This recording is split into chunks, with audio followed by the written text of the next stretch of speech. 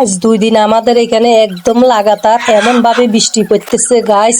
আসসালামু আলাইকুম, আপনারা কেমন আছেন? আশা করি আপনারা ভালো আছেন, আমিও ভালো আছি। তো গাইস, আজকে আমি গাছের থেকে একদম কচি কচি কাঁকরোল ফেরে নিয়ে আসছি।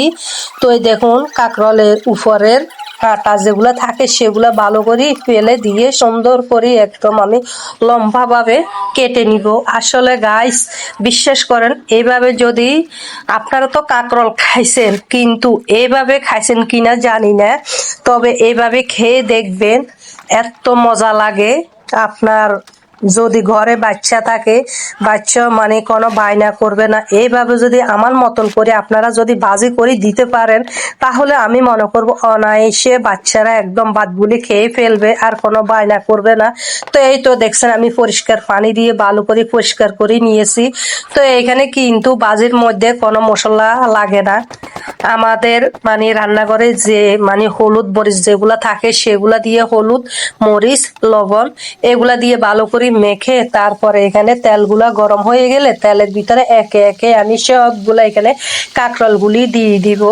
দিয়ে আমি একটা ঢাকনা দিয়ে ঢেকে রাখবো, যেন আমার কাঁকরোল গুলি আস্তে আস্তে সিদ্ধ হয়ে যায়, ভালো মতন হয়ে যায়। তো এই তো দেখুন, 1 ফিট হয়ে গেছে, আর 1 ফিট ভালো মতন উল্টাই দিয়ে সবগুলো আমি এখানে একে একে আমি প্লেটের মধ্যে আমি তুলে ফেলবো।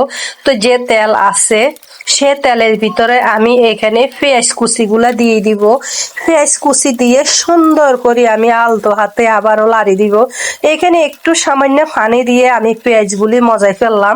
মজাই তারপরে এখানে একটা ম্যাজিক মশলা দিলে গাইস আর কোনো ধরনের মশলা দেওয়া লাগে না। ম্যাজিক মশলা যারা আপনারা ইউজ করেন তারা তো জানেন ম্যাজিক মশলার গুণগান কত। তো আমি বেশিরভাগ যে কোনো আমি রান্নার ভিতরে এই ম্যাজিক মশলাটা আমি ব্যবহার করি বেশিরভাগ। তো এই তো দেখুন কত সুন্দর একদম বাজি হয়ে গেছে কাঁকরোল। এরকম গরম ভাতের সাথে গরম গরম কাঁকরোল বাজি ফেলে তো আর কোনো কথা নাই, খানাটা একদম জমে যাবে।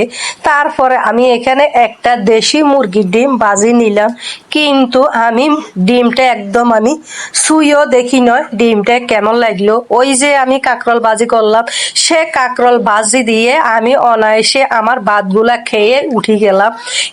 তো মজা লাগছে গাইস, যদি বিশ্বাস করেন। কিন্তু এখন এসে বর্ষাকাল, হয়তো আমাদের ঘরে অত কিছু নাও থাকতে পারে এরকম, কিন্তু সবার বাড়িতে বাড়িতে কাঁকরোল গাছ আছে আমি জানি।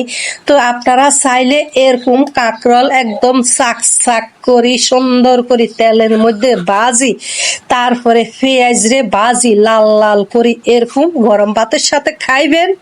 আর আপনার আর কিছু লাগবে না, মাছ বস্তু আর কিছু লাগবে না। আপনি মনে করবেন কি আমি